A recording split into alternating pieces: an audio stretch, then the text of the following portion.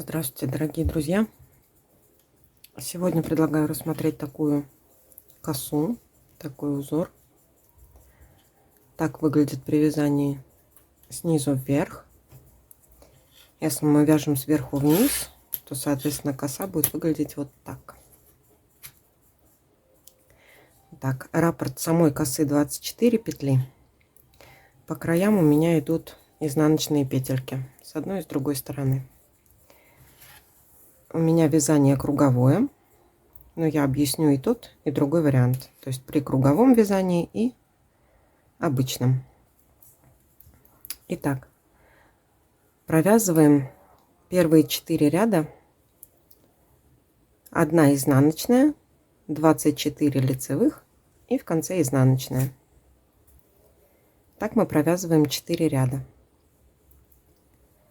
То есть если вы вяжете поворотными рядами, то это получается первый ряд 1 изнаночная, 24 лицевых, 1 изнаночная.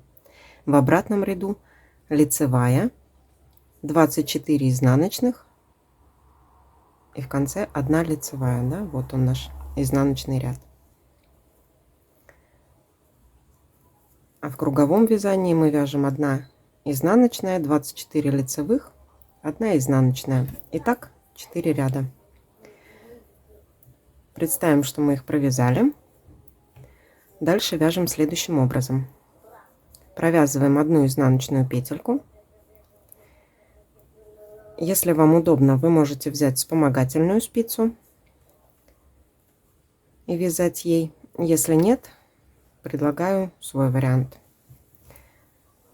Рабочая ниточка за работой. Первые 4 петельки мы снимаем или на вспомогательную, или на правую спицу. После чего мы провязываем следующие 4 лицевых петли. 4. И возвращаем первые 4 лицевые петельки на левую спицу.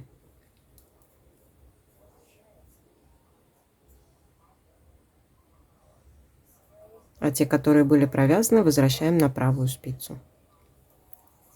То есть перекрещиваем по 4 петельки. Провязываем переснятые 4 петли с левой спицы. У нас получается первая коса. Следующие 4 петли мы опять снимаем на правую спицу, ниточка за работой, и провязываем следующие 4 петельки. 1, 2, 3, 4. Опять мы возвращаем первые 4 петли, которые мы снимали, на левую спицу, а те, что мы провязали, снимаем на правую спицу. Провязываем первые 4 петельки. Таким образом мы с вами перекрестили уже 16 петель, то есть 8 первый раз и 8 второй раз. И остался третий раз. Опять снимаем первые 4 петли на правую спицу, ниточка за работой, провязываем следующие 4 петельки лицевыми, возвращаем первые не провязанные снятые 4 петельки на левую спицу, а провязанные на правую спицу, и провязываем последние 4 петельки. То есть мы с вами сделали 3 раза перекрещивания в левую сторону. Вот так это выглядит. И заканчиваем 1 изнаночной петелькой.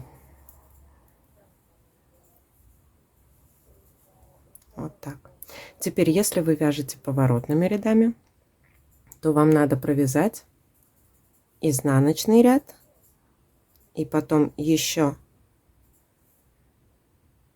3 ряда, получается 1 лицевой, изнаночный, лицевой, изнаночный. И будем уже провязывать дальше. Если вы вяжете по кругу, то вам надо провязать 4 лицевых ряда. Встретимся, когда 4 лицевых ряда будет провязано. Мы провязали с вами 4 лицевых ряда. Посчитать можно таким образом. Вот оно, наше последнее перекрещивание. От него считаем 1, 2, 3, 4. 4 лицевых петельки, значит 4 ряда провязаны. Итак, в этом ряду у нас опять идут перекрещивания, но идут они уже в другую сторону, таким образом.